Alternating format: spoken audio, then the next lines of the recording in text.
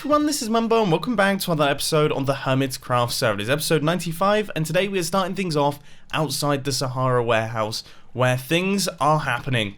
We are making some serious progress here. We have managed to build up all of the item transportation system, so now all of the shulker boxes make their way into a little minecart chest, which then makes its way onto my really ugly minecart track that kind of winds its way round Sahara. We're going to be doing some work on that at some point, or I might just get Iskal or Grian to do it because they're much more talented at the building side of things than me. But we've managed to get that sorted, and we have also managed to sort out the empty shulker box return system. So this is where the little minecart chest is going to travel back, carrying all of the empty shulker boxes from the SAHARA store, and it just runs all the way along like this. Well, it runs in the opposite direction, but it... Well, that's embarrassing. I totally thought I'd done... Right, give me a second. 15 minutes of frantic rail placing later. This is the track that takes the empty shulker boxes back to the warehouse. They come out from the shop, they travel along here, go up that track, and then into the warehouse. But now we need to do the smart part.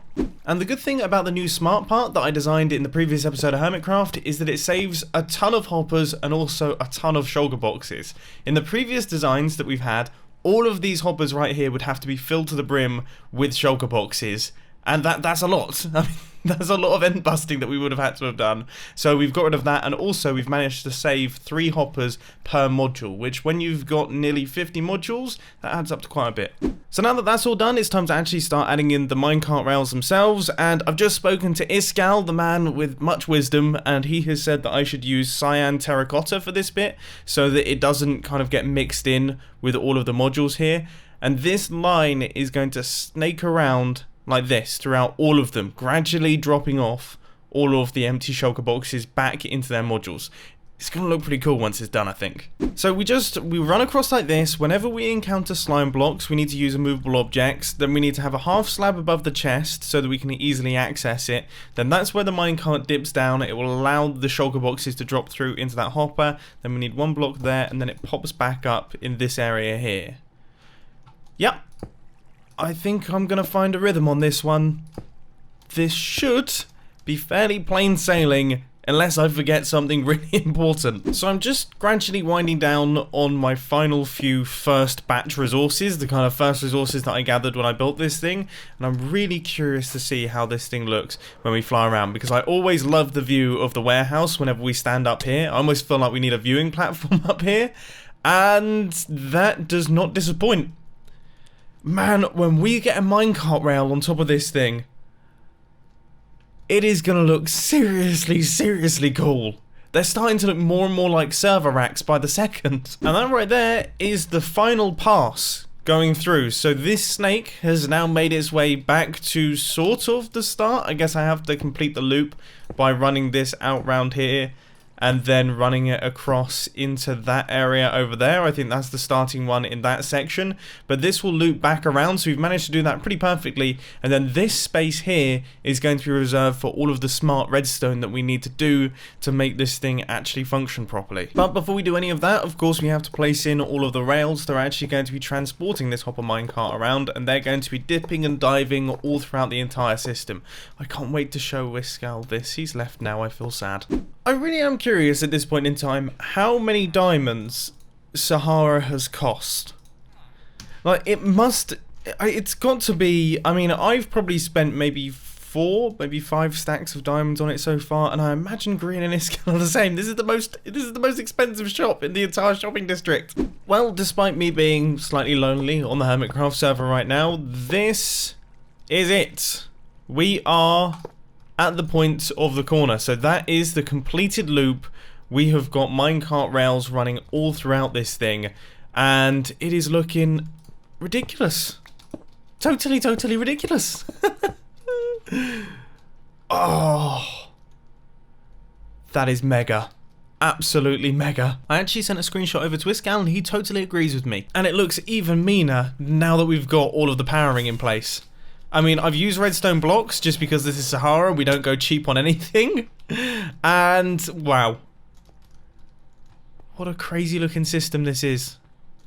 What an absolutely bonkers looking system. But now it is time for some redstone logic. Okay, so what we need to do is we need to create a system that will unload the minecart chest that comes into this area here of its empty shulker boxes, and then store that minecart chest somewhere over there, ready to be put back through the system. But then we need to load up a minecart hopper with all of the empty shulker boxes and put that into this part of the system, ready to snake around until eventually all of the empty shulker boxes have been put back into their correct places. I think it's time to hit the redstone testing world. Part 1 has been incredibly simple. This is our minecart unloading station, making use of comparators running out the side of detector rails, detecting how many items are on the inside of the minecart chest. So for example, if we send an empty minecart chest through, obviously it will travel straight through because there's no items on the inside.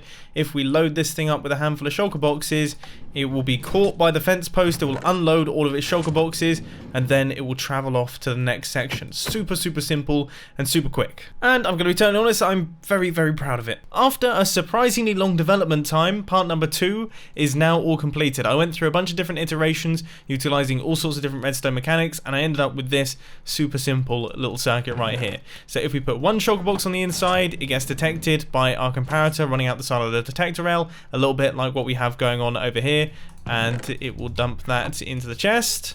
And this is simulating it going around the loop, by the way. We're not going to need any buttons in the actual design. If we do, say for example, 3 shulker boxes, it can handle it, so it will dump 3. But the interesting thing is when you start getting more than a hopper minecart's load worth. So if we put all of these in, you can see it goes off, and then when it comes back, it will reload itself and then go again. So it will always be able to empty that chest completely, and then once it's finished, it will be stored here. Once again, this thing's pretty smart. I apologise for the fact that my computer is sounding like a jet engine right now. Don't really know what's going on down there, but we have managed to get all of the systems in place. So these are our minecart systems: minecart chest unloader, minecart hopper loader, down at the bottom right there. So now I am going to run the minecart chest line back across the front of the warehouse, and I think that's going to look quite cool as well. And then that is going to drop down into a chamber that is filled to the brim with minecart chests ready for orders. So obviously we need more than one minecart chest. Might as well have a bunch of them stacked on top of one another, and they need to go somewhere. I think it's over here. Yep, they need to land on top of that piston right there. Ah!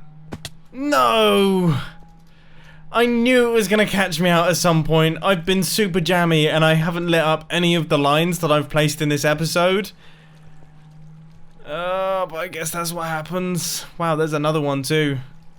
I've blown a massive hole in the front of Sahara. Well, I definitely still have to patch that up because, yeah, not exactly the prettiest thing in the world, but the actual minecart line itself is in place. The little minecart chest holder is all in place. I think everything that I need to do is done. I'm saying that very loosely because projects always just jump out and bite you in the backside when it comes to Sahara. It's one of those things. It's the project that just keeps on giving. There's every single week that comes by, there's something new that we have to do. But I think that's everything that I need to do for now. I'm fairly certain. I'll send a message to Iskal. Either way, let's move on to something else Sahara related, because outside of the minecart system, there's also another part of the system that I really need to work on. Whoa, super zoom. So, when a player puts through all of their items for the delivery, they then need to have a delivery button. So that is the button that says, look, this is what I'm requesting, okay? Because obviously we can order a bunch of different items in here. There'll be a bunch of different things on the inside of this. You'll throw them down, that will select the different items, but then when you want to actually ask for your parcel, that's when you hit the button right there. And we need to do that delivery button, but there's some interesting logic that needs to go into this thing. Let's walk back up to the warehouse.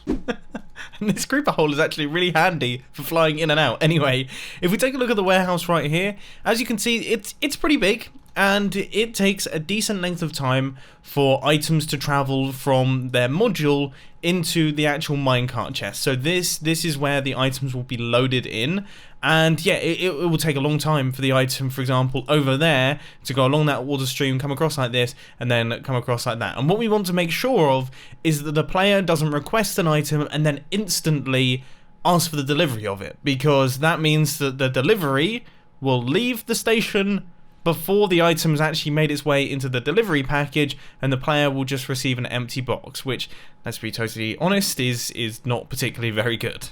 So after me and Iskal stood around scratching our heads for quite some time, we managed to come up with a really smart solution that's actually incredibly compact, that can all be handled over in the store. Yep, that's right, I'm making use of my super zoom.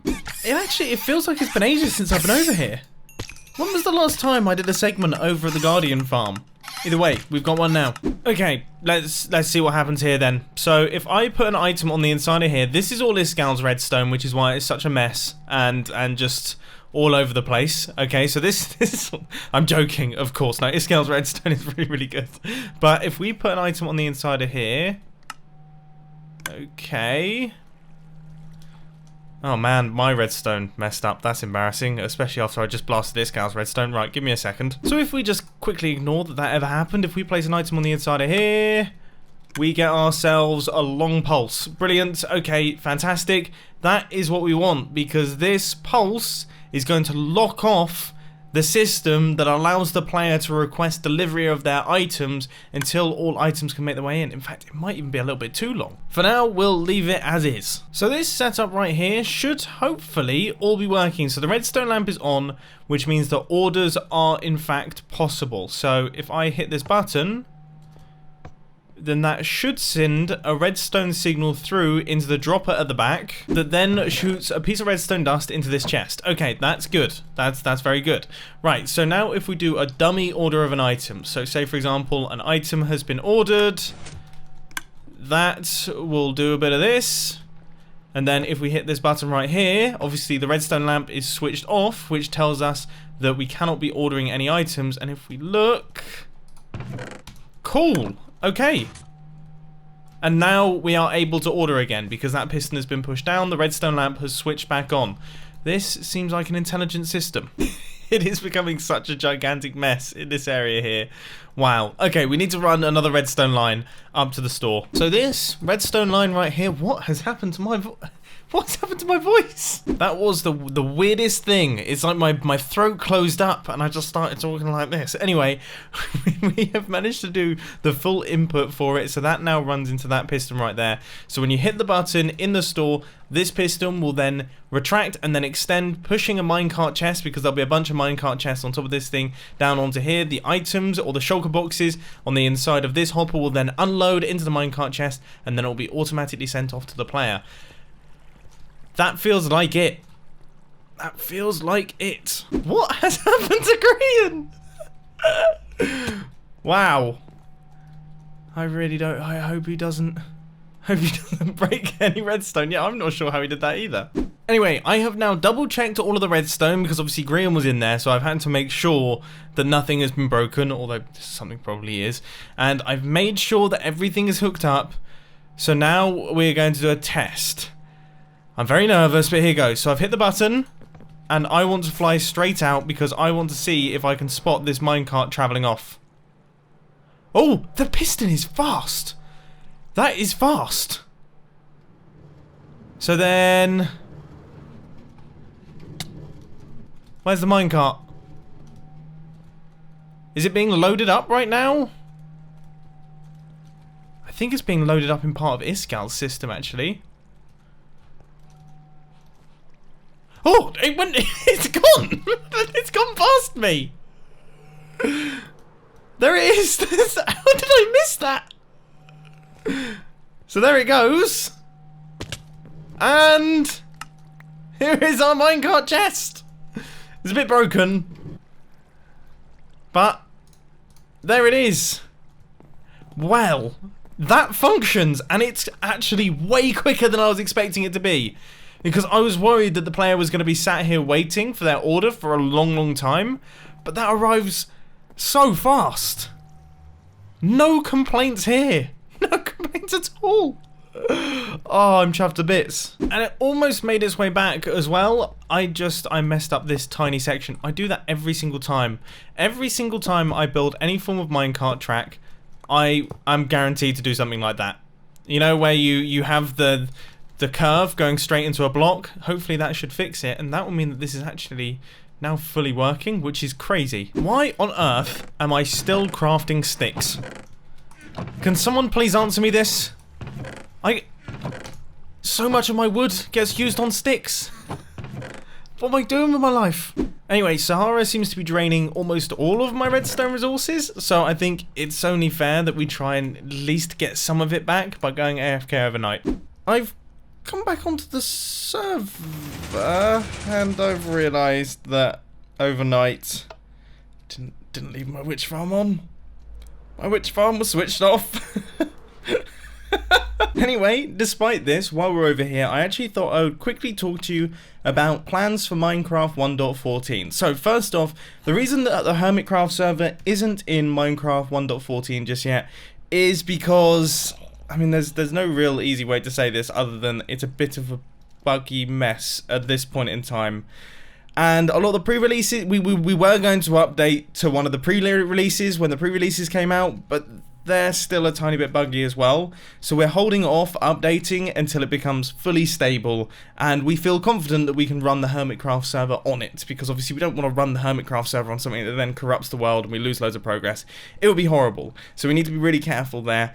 But when Minecraft 1.14 eventually comes around, we have plenty of awesome plans server-wide, but I also have some plans solo that I really want to work on, and a lot of them are actually going to be happening in this area right here. Oh my goodness, I just got attacked by a zombie and then somehow broke a repeater in the process of that, and now I've activated my massive melon and pumpkin farms. No, well, I mean, I guess that brings me on to the point that I was going to make, which is that in Minecraft 1.14, TNT has been changed, so now it drops every single item that it explodes, okay? So not like before where it would destroy certain things, now it actually drops the items, which is amazing, and I want to use that on a relatively large scale inside this area right here. So we're going to do some fairly industrial farming, and the great thing about this place is I don't really care how it looks. So we can build massive ugly farms in this space, and as long as we keep them below this hopper line right here, then we're fine. We're absolutely fine. It's not going to affect the rates of the witch farm in the slightest. So we are going to go big in this area here, and they are all going to be to produce items that we can sell in Sahara. Alright, well here come all the items, and I guess I have to wait for them to all go through the system. With that being said, it is quite satisfying to watch. So I've just come over to my storage system, and it seems to be a little bit broken. This side seems to have items on the inside of it, whereas this side doesn't, and that's because this side is the side with the comparator output running into the pulse extender, which actually activates this thing. And that is an issue. Now, I'm trying my best to work around it, so I've got a comparator running out like this, but the problem is I think this comparator is going to be powered by this redstone dust. But it's worth a try. Okay, let's see if we can fix this just with one simple thing. So if I do that...